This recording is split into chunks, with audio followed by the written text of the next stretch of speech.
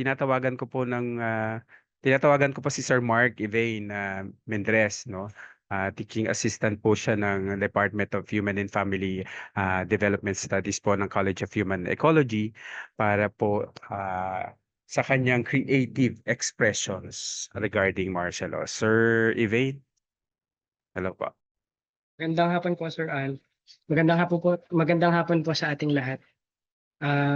Ito pong inihanda kong tula ay parang pananaw ng isang kabataan na alam naman po natin hindi na rin naabutan yung martial law. No?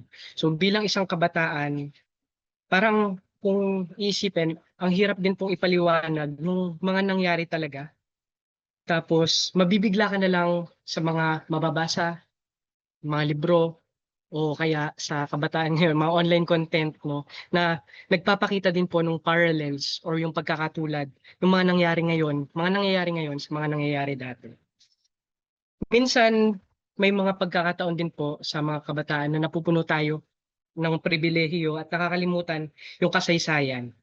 Kapag nasa komportabling lugar, halimbawa, kapag nakakaranas ng sandaling ginhawa, pero kung lalabas tayo, makikita po natin na nandun pa rin yung karahasan, hindi pagkakapantay-pantay at iba pang issue sa ating bayan at kalikasan. So yung tula ko din pong ito na inihanda ay tawag po na ituloy pa rin natin, tuloy-tuloy yung paglaban natin para sa ating bayan. Ang pamagat po nitong tula ay Dapit Hapon Pa Lang Pala. Ilang oras na lang ba bago mag-umaga? Hindi makatulog at nababalisa, magdamag naghihintay sa wala, naguguluhan at natutulala, dapit hapon pa lang pala. Nakakapagtaka, mabagal ang paglubog ng araw at payapa raw ang pagsapit ng gabi, sabi nila. Ngunit bakit pala tandaan mo'y wala? Makakadaupang palad pa ba kita? Wala akong marinig na kahit anong tinig dahil binusalan ng bibig at pinilit lagyan ng piring ang mga matang nakapansin.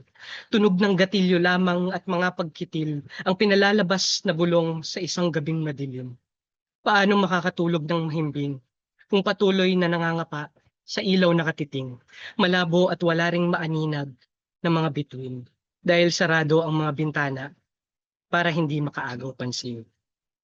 Ilang oras na lang ba bago mag-umaga, hindi makatulog at nababalisa, magdamag naghihintay sa wala, naguguluhan at natutulala, nakakapagtaka.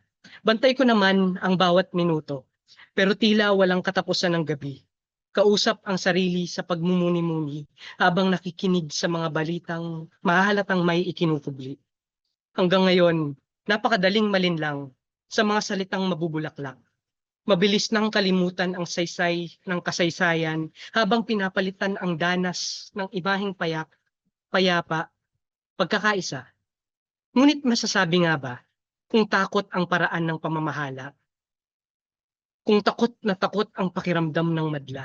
Payapang masasabi nga ba kung pilit iniiba ang mga alaala? Kung dugo ang sakripisyo ng mga taong tunay na nagpinta at patuloy na hinahanap kita? Ilang oras na lang bago mag-umaga. Hindi makatulog at nababalisa, magdamag naghihintay sa wala, nakakapagtaka. Tahimik ang madaling araw, pero rinig ang hakbang ng pagmamarcha. Nakakatuksong takpan ang tenga at maniwala sa mga kwentong may nakakaaliw na gunita. Minsan hindi naman agad alam o ramdam ang alimpuyo. Madaling masuyo ang hindi nasakal sa tunay na tagpo. Hanggat walang pagbabago, hanggat mahusay ang hari sa pagbabalat kayo, patuloy tayong minumulto. Ilang oras na lang ba bago mag-umaga? Hindi makatulog at nababalisa, nakakapagtaka. Kahit piliing magkulong sa isang silid suot ang mahabang kumot, hindi mapawi ang ginaw dulot ng mahabang gabi. Kahit masanay sa panandali ang ginhawa, kahit magpanggap na puno ang langit ng mga tala, taksil ang realidad. Pero ito, ang realidad, hindi ka patutulugin ng mga bakas.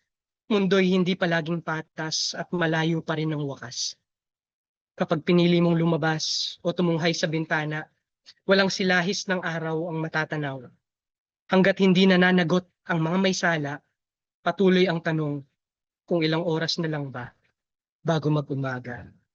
hindi makatulog at nababalisa, magdamag naghihintay sa wala, naguguluhan at natutulala, magising sa katotohanang dapit hapon palang pala. Maraming salamat. Maraming salamat, Sir Evain. Punong-puno ng ano, no, nandoon talaga ang galit at poot sa mga nagaganap. Dapat talaga may managot. Dahil kung walang mananagot, hindi po titigil ang pangungurakot.